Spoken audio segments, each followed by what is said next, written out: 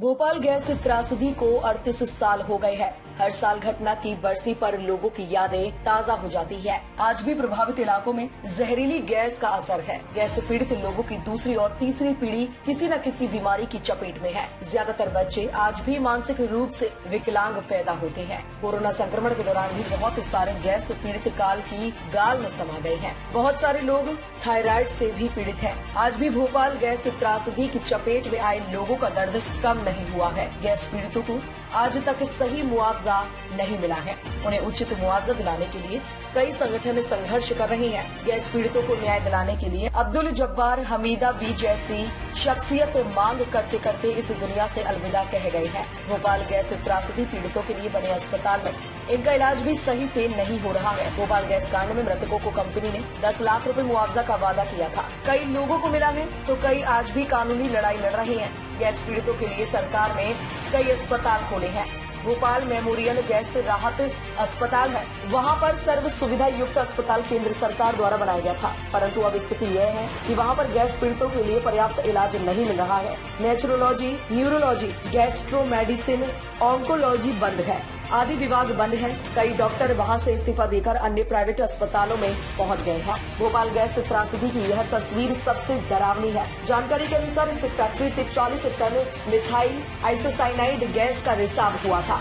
सदी के सबसे भयानक औद्योगिक त्रासदी में सरकारी आंकड़ों के अनुसार 5,74,376 लोग प्रभावित हुए थे। वहीं 5,000 से ज्यादा लोगों की मौत हुई थी।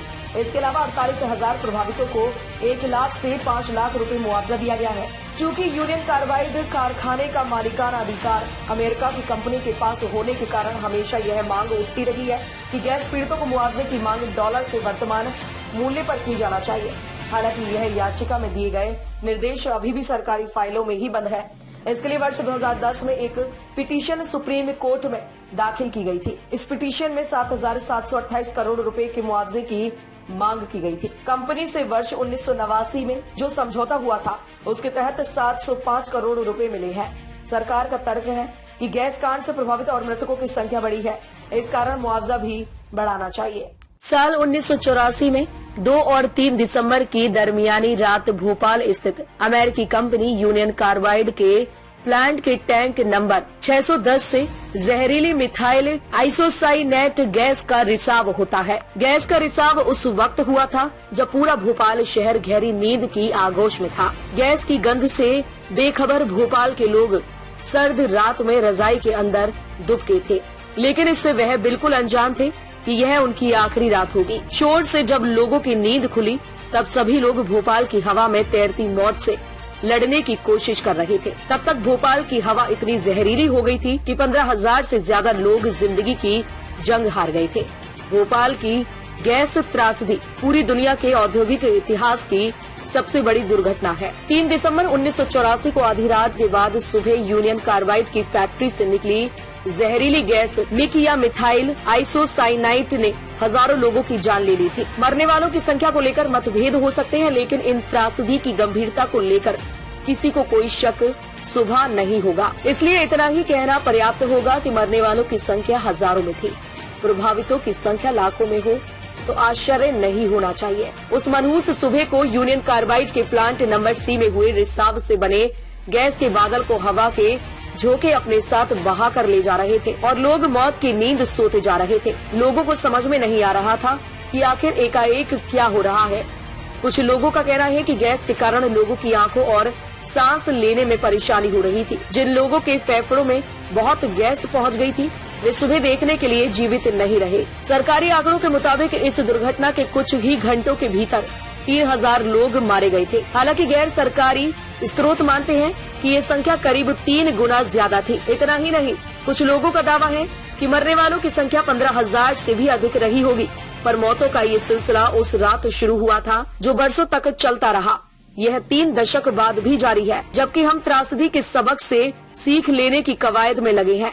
जानकार सूत्रों का कहना है कि कार्बाइड फैक्ट्री से करीब 40 टन गैस का रिसाव हुआ था और इसका कारण यह था कि फैक्ट्री के टैंक नंबर 610 में जहरीला मिथाइल आइसोसाइनेट गैस से पानी मिल गया था। इस घटना के बाद रासायनिक प्रक्रिया हुई और इसके परिणाम स्वरूप टैंक में दबाव बना और टैंक खुल गया। और गैस वायुमंडल में फैल गई। इस गैस के सबसे आसान शिकार कारखाने के पास बनी झुग्गी बस्ती के लोग ही थे। ये वे लोग थे जो कि रोजी रोटी की तलाश में दूर दूर के गांव से आकर यहाँ पर रह रहे थे, जिन्होंने नींद में ही अपनी आखिरी सांस ली। गैस को लोगों को मारने के लिए मात्र 3 मिनट ही काफी थे। कारखाने में अलार्म सिस्टम था, लेकिन यह भी घंटों तक बेअसर बना रहा। हालांकि इससे पहले के अवसरों पर इसने कई बार लोगों को चेतावनी भी दी थी। जब बड़ी संख्या में लोग गैस से प्रभावित होकर आंखों में और सांस में तकलीफ की शिकायत लेकर अस्पताल पहुंचे, तो डॉक्टरों को भी पता नहीं था कि इस आपदा का कैसे इलाज किया जाए। संख्या भी इतनी अधिक कि लोगों को भर्ती करने की जगह भी नहीं बची थी।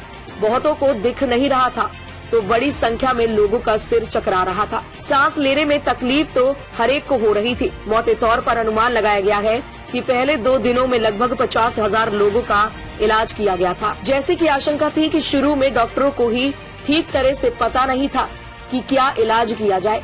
शहर में ऐसे डॉक्टर भी नहीं थे जिन्हें मिक गैस से पीड़ित लोगों के इलाज का कोई अनुभव रहा हो। हालांकि गैस रिसाव के 8 घंटे बाद भोपाल को जहरीली गैसों के असर से मुक्त मान लिया गया था, लेकिन वर्ष 1984 में हुई इस हादसे से भोपाल उभर नहीं पाया है और जब तक इसकी याद रहेगी तब तक उसके उभरने की संभावना भी नहीं होगी। भोपाल से गैस त्रासदी पर अशरफ अली की विशेष रिपोर्ट।